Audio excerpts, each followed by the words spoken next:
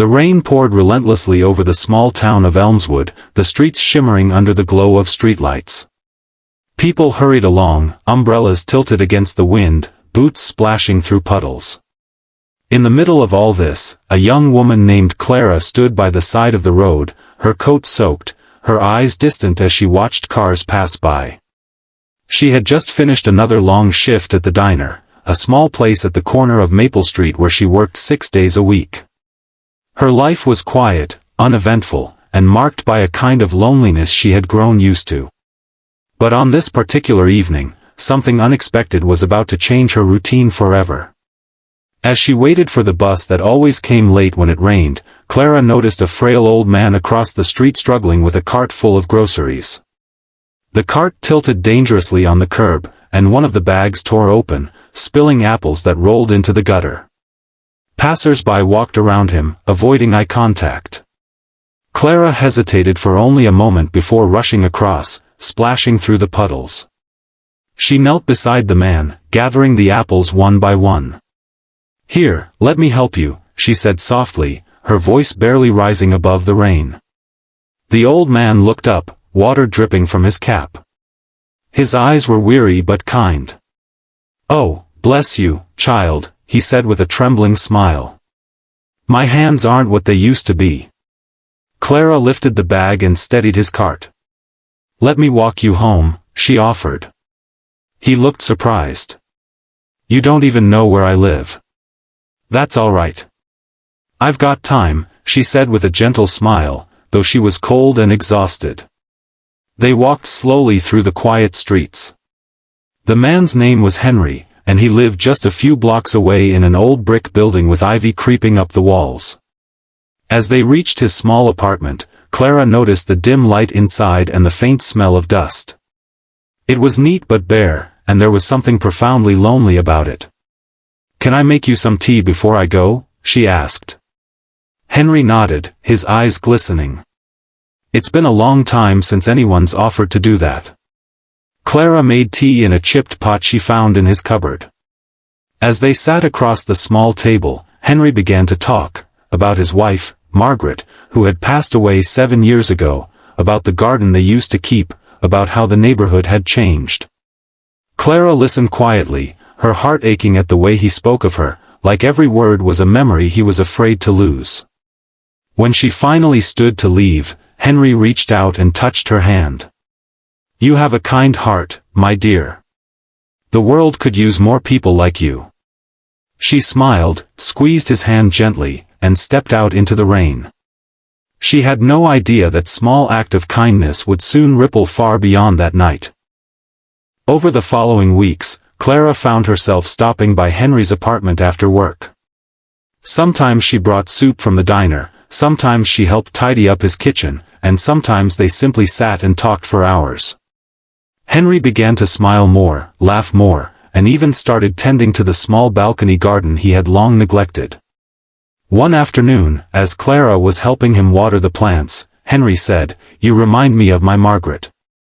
She used to believe that kindness was a language everyone understood, no matter how broken they were. Clara looked out over the balcony, watching the rain clouds drift away. Maybe she was right, she murmured. What she didn't realize was that Henry's stories and quiet wisdom were also healing something inside her. Clara had grown up in foster care, shuffled from one home to another, never knowing what it felt like to be truly cared for. She had built walls around her heart, convincing herself that she didn't need anyone. But through Henry's gentle company, she began to understand that caring for someone didn't always mean expecting something in return, it simply meant choosing to show up. One evening, Clara arrived at Henry's apartment to find the door slightly ajar. Panic shot through her. She stepped inside and found him lying on the floor, unconscious. Her heart pounded as she called for help, her voice trembling. Within minutes, the ambulance arrived. She rode with him to the hospital, holding his hand the whole way. Henry was diagnosed with pneumonia. The doctors said his age made recovery uncertain. Clara stayed by his side every day, reading to him, bringing him warm soup, and playing his favorite old jazz tunes through her phone. Even the nurses began to notice.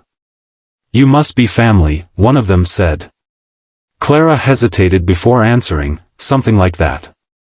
Henry opened his eyes one morning after a long sleep and smiled weakly. You didn't have to stay, dear. I wanted to, she replied softly. You're not alone anymore.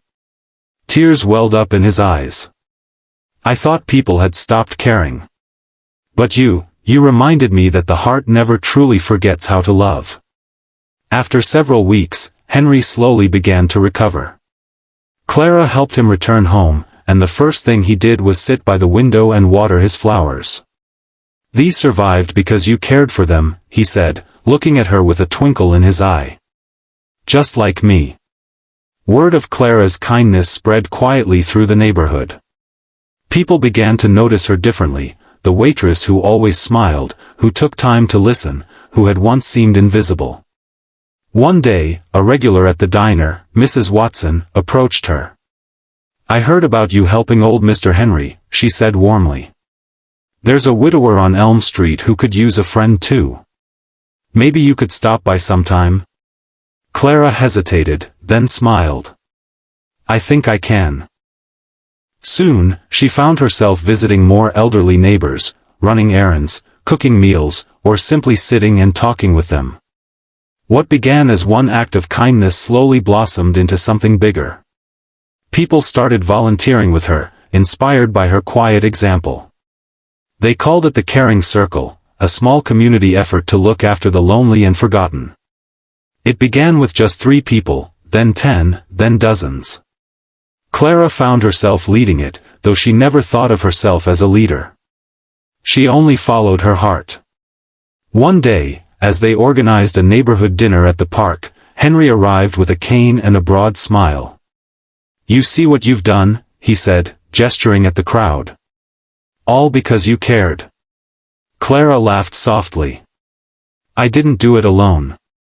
Maybe not, Henry said, but you were the first to care when no one else did. That's how kindness begins. Months passed, and Elmswood began to feel different.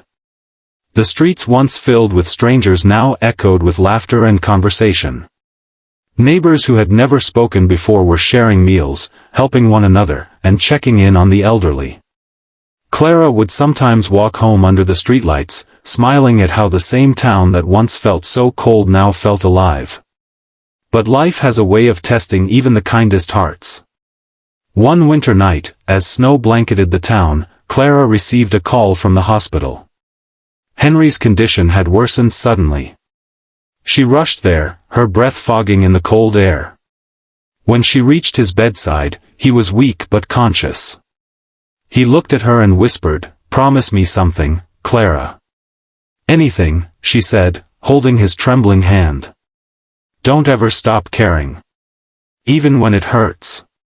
Even when the world seems too heavy. The heart that chooses to care will always find light." Tears streamed down her face as she nodded. "I promise." Henry smiled, his eyes closing peacefully as the monitor beside him beeped softly.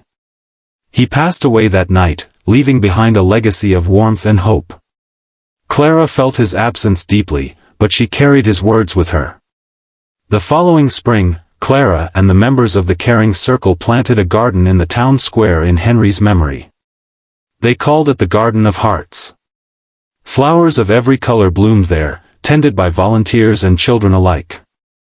A small plaque stood in the center, engraved with the words, "Kindness lives on in every heart that chooses to care." Years later, when people spoke of Clara, they didn't just talk about the waitress at the diner. They spoke of the woman who turned a lonely act of kindness into a movement that changed their town. Clara continued her work quietly, never seeking recognition, only joy in seeing others smile. One day, a little girl approached her at the garden. "Miss Clara," she said shyly, "my mom says you help everyone." "Why?" Clara knelt down, smiling. "Because once, someone cared for me when I didn't expect it. And I learned that when you care for others, you don't just change their life, you change your own." The girl thought for a moment, then hugged her tightly. "I want to be like you." Clara's heart swelled. Then start today. You never know whose world you might brighten. As the sun set behind the garden, casting a golden glow on the flowers, Clara stood silently, her heart full. She knew life would always bring its share of hardships, but she had found her purpose, to care, to heal, to love without expectation. And in that simple, powerful choice, Clara had discovered the truest form of kindness. The kind that doesn't wait for recognition or reward, the kind that blooms quietly, like a flower pushing through the cracks of a forgotten street, reminding the world that even in its hardest corners, a heart that chooses to care can make it beautiful again.